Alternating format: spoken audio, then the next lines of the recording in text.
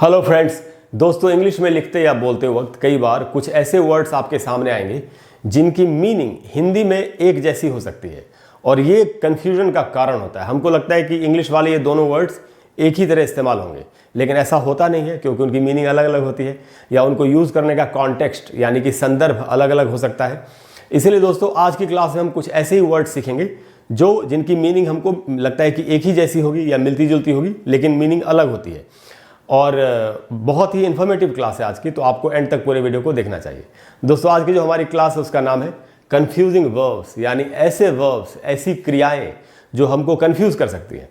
तो दोस्तों मैंने पेयर्स में ये वर्ड्स रखे हैं। मैं आज आपको जो पहला पेयर है वो बताता हूँ, वो है दोस्तों आर्ग्यू एंड डिबेट। तो आर्ग्यू से स्टार्ट करेंगे कि आर्ग्यू का क्या मीनिंग है, सेंटेंस में कैसे यूज होगा। आर्ग्यू की स्पेलिंग अगर आप देखें तो ये ARGUE और इसका जो प्रोनाउंसिएशन है वो है आर्ग्यू। आ के नीचे मैंने देखेंगे आप आ को मैंने अंडरलाइन किया है, यानी यहाँ आ पर ही स्ट्रेस है, आ पर ज़्यादा देर तक रुकना है, आर्ग्यू ऐसे पढ़ेंगे। और ये एक वर्ब है, वर्ब का वी लिखा है मैंने, यानी क्रिया की तरह यूज होता है। ऑब्वियसली हमारी क्लास वर्ब की है। तो और इसका मीनिंग क्या है दोस्तों? इसका मीनिंग है दोस्तों to shout and to be angry with somebody और समथिंग। टू शाउट यानी चीखना चिल्लाना, एंड टू बी एंग्री नाराज होना, क्रोधित होना, विद समबॉडी और समथिंग। ये एस और बी का मतलब है समबॉडी। मैंने समबॉडी को शॉर्ट में लिखा है जैसे डिक्शनरी में लिखते हैं। समबॉडी यानी कोई व्यक्ति या कोई इंसान, या समथिंग, समथिंग को भी मैंने शॉर्ट में लिखा है STH, ऐसा डिक्शनरी में आपको लिखा हुआ मिलेगा। तो समबॉडी या समथिंग यानी किसी आदमी या किसी चीज से, या किसी आदमी या किसी चीज के ऊपर चीखना चिल्लाना और उससे नाराज होना। ये दोस्तों मीनिंग है आर्ग्यू का। अच्छा, मैंने आपको बताया कि मैंने इसको अंडरलाइन किया, यहाँ पर स्ट्रेस है, यहाँ पर आपको ज्यादा रुकना चाहिए आ पर, आर्ग्यू। अगर आप वर्ड स्ट्रेस या सिलेबल स्ट्रेस सीखना चाहते हैं तो मेरे चैनल पर एक प्लेलिस्ट है जिसका नाम है लर्न इंग्लिश प्रोनाउंसिएशन। उस प्लेलिस्ट में जाके आपको मेरा वो वीडियो निकालना चाहिए जो वर्ड स्ट्रेस या सिलेबल स्ट्रेस के ऊपर है। उसका नाम ही है वर्ड स्ट्रेस या सिलेबल स्ट्रेस। तो वहाँ से उस वीडियो को देख करके आपको पता चल जाएगा कि वर्ड स्ट्रेस क्या होता है और उसको कैसे हमको यूज़ करना चाहिए करेक्ट प्रोनाउंसिएशन करने के लिए। तो दोस्तों आर्ग्यू का मतलब है चीखना चिल्लाना, नाराज होके, या और किसी से नाराज होना, और चीखना चिल्लाना यानी बहस करना, जब गर्मा गर्म बहस करते हैं जब। अच्छा, ये जो बातचीत होती है आपको ये बात समझनी चाहिए कि जब हम आर्ग्यू करते हैं किसी के साथ तो वहाँ हम कोई समाधान नहीं ढूंढ रहे होते कि कोई मामला है जिसके बारे में बातचीत चल रही है, उसका सोल्यूशन निकालना है, हल निकालना है, ऐसा नहीं होता। उसमें सिर्फ एक दूसरे को अपनी बात सुनाते लोग नाराज हो गए। तो ये है आर्ग्यू। इसको सेंटेंस में आप समझ गए एक्यूरेट मीनिंग क्या है, सेंटेंस में कैसे यूज करना है। सेंटेंस में यूज करना बहुत ही आसान है। अब कोई बता रहा है उसने मेरे साथ बहुत बहस की, he argued with me, he argued with me, उसने मेरे साथ बहस की। नहीं तो आप किसी को बोल रहे हैं मेरे साथ बहस मत करो, तो आप उसको बोल सकते हैं don't argue with me, argue. अच्छा दोस्तों, इसमें प्रोनाउंसिएशन की एक और बात बता दूं कि मैंने इसको ब्रिटिश प्रोनाउंसिएशन में लिखा है। ब्रिटिश प्रोनाउंसिएशन में इस आर का यहाँ पर उच्चारण नहीं होगा, इसलिए मैंने र नहीं बोला, आर्ग्यू नहीं बोल रहा मैं, आर्ग्यू। अगर आपको इसको अमेरिकन प्रोनाउंसिएशन में बोलना हो तो आप र बोल सकते हैं, लेकिन अमेरिकन इंग्लिश में जब र बोलते हैं तो जीभ को मुंह के अंदर ऐसे मोड़ लेते हैं। तो अमेरिकन इंग्लिश में इसको पढ़ा जाएगा आर्ग्यू, आर्ग्यू, लेकिन ब्रिटिश इंग्लिश में बोलेंगे आर्ग्यू। तो इंडिया में ब्रिटिश इंग्लिश चलती है ऑफिशियली, इसलिए मैंने ब्रिटिश इंग्लिश में लिखा। तो हम इसको पढ़ेंगे आर्ग्यू, और आर्ग्यू का मीनिंग आप समझ गए, मैंने आपको एग्जांपल्स बता दी। अब दोस्तों हम सीखते हैं कि डिबेट का क्या मीनिंग है। तो इसकी स्पेलिंग है DEBATE और इसका प्रोनाउंसिएशन अगर आप देखें तो मैंने लिखा है डिबेट, डिबेट। यहाँ ए का जो साउंड है उसी पर स्ट्रेस है, वहीं पर ज़्यादा देर तक रुकना है। अच्छा दोस्तों, इसको डिबेट क्यों बोलते हैं, इसको डिबेट क्यों नहीं कहा? डिबेट इसलिए नहीं कहा कि जिसको हम ए समझते हैं, अब हमको बचपन से सिखाया गया है ABCD, तो हम बोलते हैं डिबेट, हम बोलते हैं फेस, डेट। ये सब गलत उच्चारण है क्योंकि हम जिसको ए समझते हैं वो ए नहीं होता, वो होता है ए। जैसे चेहरे को आपको बोलना चाहिए फेस, फेस नहीं। तारीख को बोलना चाहिए डेट, डेट नहीं। उसी प्रकार ये होगा डिबेट, न कि डिबेट। अच्छा, अगर आपको ये भी सीखना हो कि जो अल्फ़ाबेट है हमारा इंग्लिश का A to Z तक का क्या कैसे प्रोनाउंसिएशन होता है, करेक्ट प्रोनाउंसिएशन, तो मैंने जो अभी आपको प्लेलिस्ट बताई थी अपनी लर्न इंग्लिश प्रोनाउंसिएशन, या मेरी एक दूसरी प्लेलिस्ट है स्पोकन इंग्लिश लेसन्स। इन प्लेलिस्ट में जाएंगे जब तो आपको पहला या दूसरा वीडियो मिलेगा अल्फ़ाबेट का, A से लेकर के Z तक का उच्चारण कैसे होता है, बिल्कुल करेक्ट प्रोनाउंसिएशन। तो वो वीडियो देखने के बाद आपको पता चल जाएगा कि इसका उच्चारण जिसको हम ए समझते हैं, ए नहीं होता, ए ही होता है, इसलिए मैं इसको पढ़ रहा हूँ डिबेट।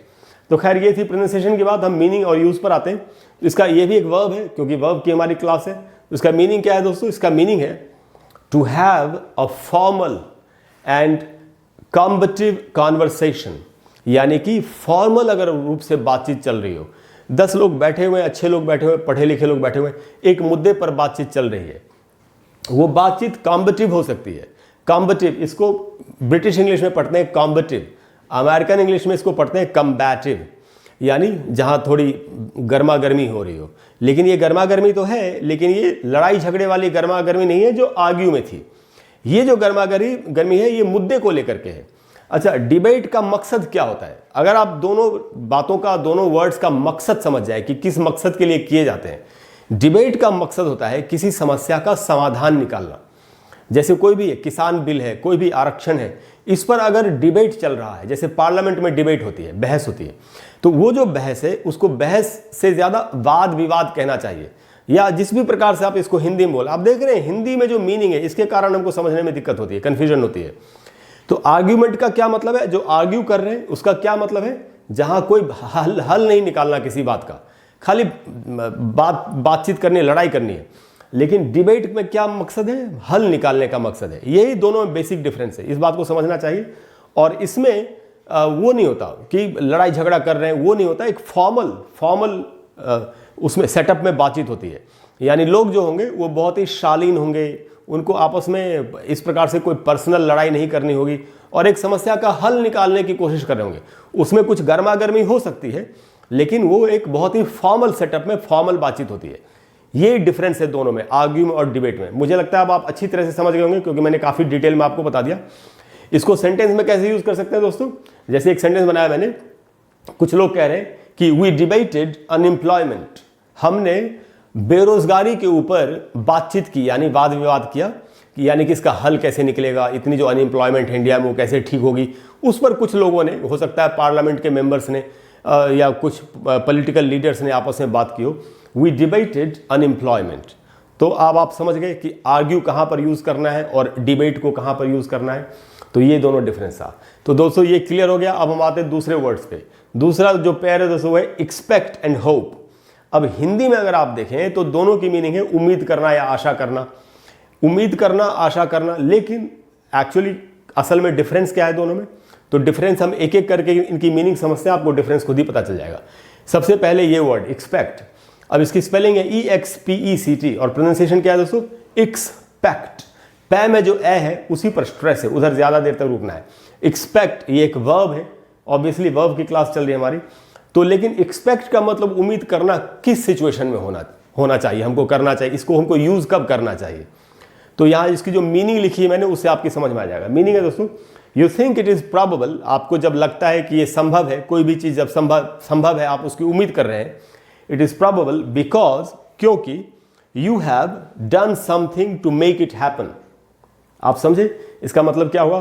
कि अगर आपने किसी काम को हासिल करने के लिए, किसी रिजल्ट को हासिल करने के लिए अगर आपने मेहनत की है, अगर आपने किसी चीज को हासिल करने के लिए मेहनत की है, तब जब आप उम्मीद करते हैं अच्छे रिजल्ट की या बुरे रिजल्ट की, जो भी, उसको एक्सपेक्ट बोलना चाहिए। ऐसी उम्मीद करने का जब मतलब हो, जब आपकी मीनिंग हो, जब आप ये मीन करना चाहते हो, तभी आपको एक्सपेक्ट यूज करना है। जैसे मान लेते हैं आपने बड़ी मेहनत की है, कोई एग्जामिनेशन था जिसके लिए आपने बहुत मेहनत की है, तो आप क्या कहेंगे? मैं अच्छे रिजल्ट की उम्मीद कर रहा हूं। तो आप ये जो उम्मीद आप कर रहे हैं, ये कैसे कर रहे हैं आप? क्योंकि आपने इसके लिए बड़ी मेहनत की है।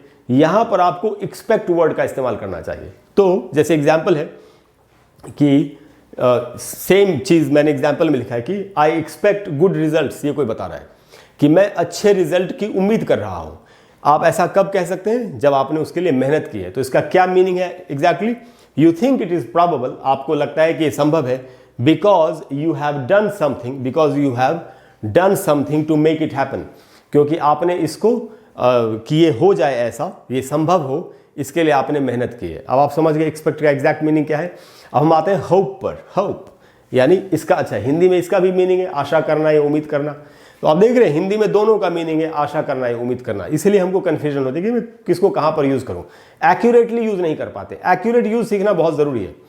तो दोस्तों इसका जो प्रोनाउंसिएशन है वो अगर आप देखें HOPE, मैंने लिखा है होप, मैंने लिखा है ह उ और प, होप। हम इसको बचपन से क्या पढ़ते हैं, होप।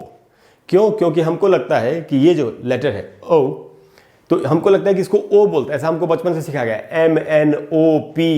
लेकिन मैं आपको बता दूं ब्रिटिश इंग्लिश में इसका उच्चारण होता है आधा अ और उ, ओ, और अमेरिकन इंग्लिश में इसका प्रोनाउंसिएशन होता है ओ और उ। तो मैं ब्रिटिश इंग्लिश के हिसाब से आपको इसका प्रोनाउंसिएशन बता रहा हूँ। अगर आपको ये सीखना है अल्फ़ाबेट का प्रोनाउंसिएशन, तो जब मैं आपको बता रहा था कि अल्फ़ाबेट का जो मेरा वीडियो है वो जाके आपको देखना चाहिए, आपको खुद मालूम पड़ जाएगा कि A से Z तक का बिल्कुल करेक्ट प्रोनाउंसिएशन क्या है।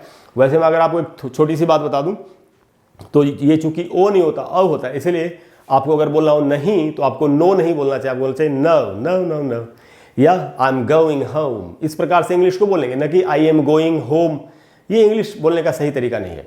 तो होप का क्या मतलब, ये भी एक वर्ब है और इसका मीनिंग क्या है दोस्तों, हिंदी में तो वही मीनिंग आशा करना या उम्मीद करना, लेकिन इंग्लिश में क्या कैसे मीनिंग है तो हम इसको समझते हैं। ये है दोस्तों अ डिजायर विच मे और मे नॉट बी प्रोबेबल।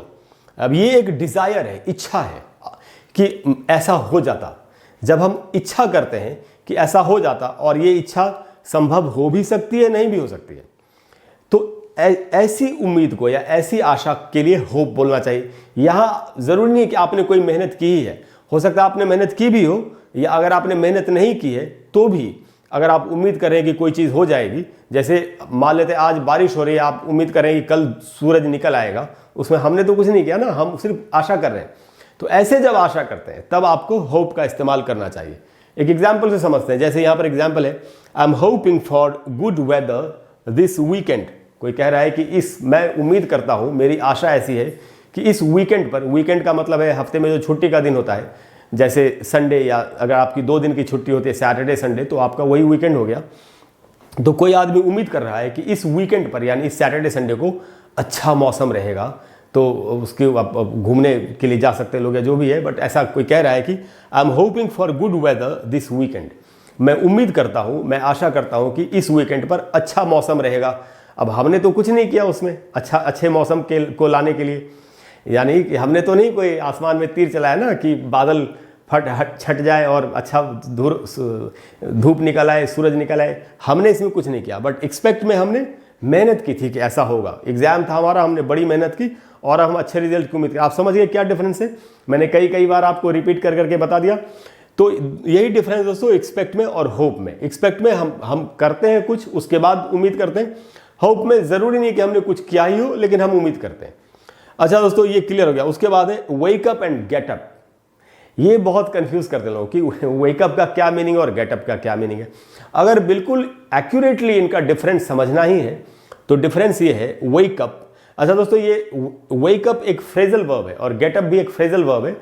तो वेकअप में वेक और गेटअप में गेट वर्ब्स हैं, तो इसलिए मैंने इनको शामिल कर लिया। और चूंकि ये बहुत कंफ्यूज करते हैं लोगों को, इसलिए मैंने सोचा कि आपको आज ये बता ही देता हूं। तो वेकअप का मीनिंग होता है दोस्तों, आपको ध्यान से समझना चाहिए, टू स्टॉप स्लीपिंग। मान लेते हैं कोई सो रहा है और जब सोने के बाद जब वो उठता है, जगता है, जब उसकी जब आंख खुलती है, उसको कहते हैं वेकअप। आप समझ गए, जब आप सोए हुए थे नींद में और आपकी आंख खुली, जब आप जग गए, उसको कहेंगे वेकअप, टू स्टॉप स्लीपिंग, जब आंख खुल जाए। उसका एग्जाम्पल कैसे बनेगा, कोई आज के लिए बता रहे कि आई वोक अप एट 6 AM, मैं 6 बजे सुबह सो करके उठा। वेक का पास्ट टेंस है वोक, तो मैंने पास्ट टेंस में लिखा है आई वोक अप एट 6 AM, कि मैं सुबह 6 बजे सो करके उठा। अब हम समझते हैं कि गेटअप का क्या मीनिंग है। तो गेटअप प्रोनाउंसिएशन में लिखा मैंने, इसका मीनिंग क्या है दोस्तों, to get out of bed, बिस्तर छोड़ना। आप समझ गए, पहला क्या है, सो करके उठना जब आंख खुलती है, दूसरा है बिस्तर से उठना। इसका मतलब क्या हुआ, मान लेते हैं कोई आदमी 6 बजे सो करके, उसकी आंख खुली, 6 बजे नींद से जग गया और उसके बाद 1 घंटे तक वो बिस्तर में ही लेटा रहा। उसके पास मॉर्निंग टी, बेड टी आई, उसने चाय पी, थोड़े मैसेजेस चेक किए, न्यूज़पेपर पढ़ा, 1 घंटा निकल गया। उसके बाद जब 7 बजे तो वो बिस्तर से उठा। ये जो बिस्तर छोड़ के उठते हैं, इसके लिए गेटअप का इस्तेमाल होता है। अब आप क्लियरली समझ गए दोनों क्या डिफरेंस है। तो गेटअप का मतलब है to get out of bed. इसका एग्जाम्पल कैसे बनेगा, एकदम सिंपल है, I got up at 7 AM। कोई कह रहा है मैं 7 बजे बिस्तर मैंने छोड़ा, यानी बिस्तर से बाहर निकला। तो ये वेकअप एंड गेटअप का डिफरेंस है। वेकअप का मतलब है जब आंख खुल जाए, नींद से जो कोई जगह, वेकअप, और गेटअप का मीनिंग है जब बिस्तर को छोड़ के आदमी उठ के खड़ा हो जाए। और गेटअप की और भी बहुत सारी मीनिंग्स है, आज मैंने सिर्फ उतनी मीनिंग्स लिखी है जो रेलिवेंट है, जो हमको कंफ्यूज करती हैं और जिनको समझना हमारे लिए ज़रूरी था। तो दोस्तों मुझे उम्मीद है कि आज की क्लास से आपकी काफ़ी कन्फ्यूजन दूर हुई होगी और अब आप इन सारे वर्ब्स को अच्छी तरह से यूज़ कर पाएंगे और अच्छी तरह से इंग्लिश बोलेंगे और लिखेंगे। अगर आपको आज की क्लास अच्छी लगी हो तो प्लीज़ वीडियो को लाइक करें और शेयर करें और चैनल को सब्सक्राइब करें। और अगले वीडियो में हम फिर एक कमाल की चीज़ साथ में मिल करके सीखने की कोशिश करेंगे, जैसा कि हम हमेशा करते हैं। इसके अलावा दोस्तों अगर कोई भी ऐसा टॉपिक है जिस पर आप चाहते हैं कि मैं आपके लिए एक वीडियो बना करके दे दूँ, तो आप नीचे कमेंट बॉक्स में लिखिए, मैं जितनी जल्दी हो सकेगा आपको वीडियो बना करके देने की कोशिश करूँगा। Thank you very much, I will see you soon, bye bye.